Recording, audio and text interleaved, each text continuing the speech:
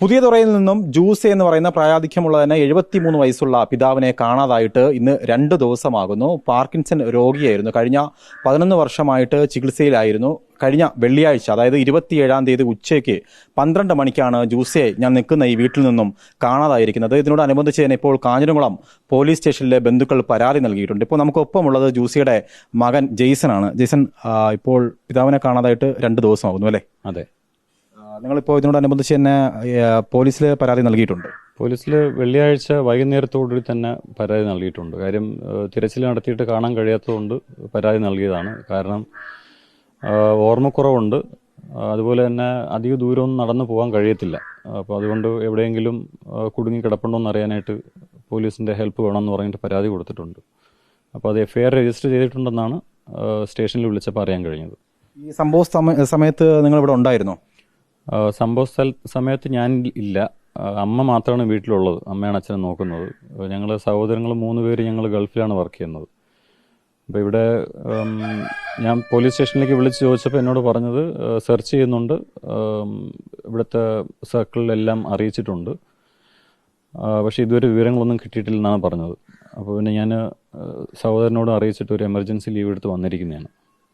ഇന്ന് പുലർച്ചെയാണ് എത്തിയത്? ഇന്ന് രാവിലെ എത്തിയതാണ്. അതെ. ഇപ്പോൾ നിങ്ങൾ നടത്തിയൊരു അന്വേഷണത്തിൽ പുറത്തിപ്പോൾ തിരച്ചിൽ നടത്തുകയാണല്ലോ, ഇതിനോടനുബന്ധിച്ച് ആരെങ്കിലും അച്ഛനെ കണ്ടതായിട്ട് പറയുന്നുണ്ടോ?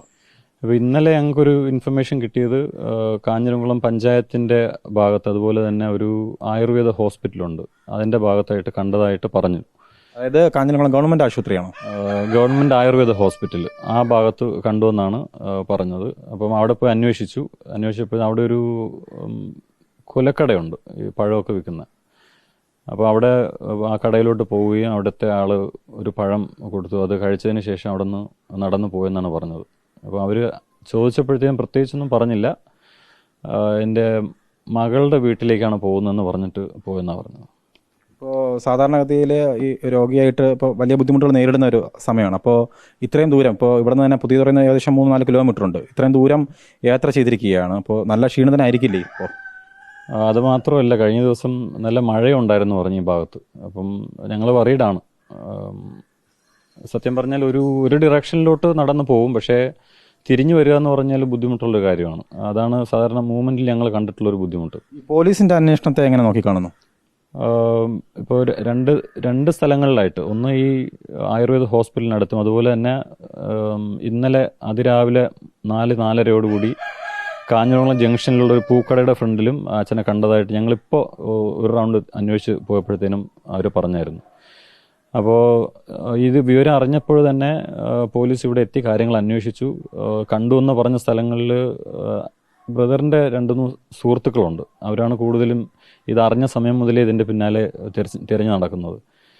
അപ്പം അവരുടെ ഒപ്പം പോലീസും പോയി ഈ കണ്ട ഭാഗങ്ങളിലൊക്കെ അന്വേഷിച്ചു എന്നാണ് പറഞ്ഞത്. അപ്പോൾ എന്തായാലും ജൂസിയെ കാണാതായിട്ട് ഇന്നിപ്പോൾ 2 ദിവസമാകുന്നു. എന്തായാലും ഇത് കാണുന്ന പ്രേക്ഷകർ ജൂസിയെ കാണുകയാണെങ്കിൽ, ഇപ്പോൾ നിലവിൽ കാഞ്ഞിരംകുളത്തും അതുപോലെ തന്നെ അതിൻ്റെ സമീപ പ്രദേശങ്ങളിലെ പൂക്കടയിലൊക്കെ ജൂസിയെ കണ്ടതായിട്ടുള്ള വിവരമുണ്ട്. പ്രേക്ഷകർ ആരെങ്കിലും കാണുന്നുണ്ടെങ്കിൽ തന്നെ ഈ കാഞ്ഞിരംകുളം പോലീസ് സ്റ്റേഷനിൽ വിവരം അറിയിക്കുക എന്നുള്ളതാണ് ബന്ധുക്കൾ ആവശ്യപ്പെടുന്നത്. വീഡിയോ ജേർണലിസ്റ്റ് സച്ചിനൊപ്പം reporter Arun Solomon, in reporter, Thiruvananthapuram.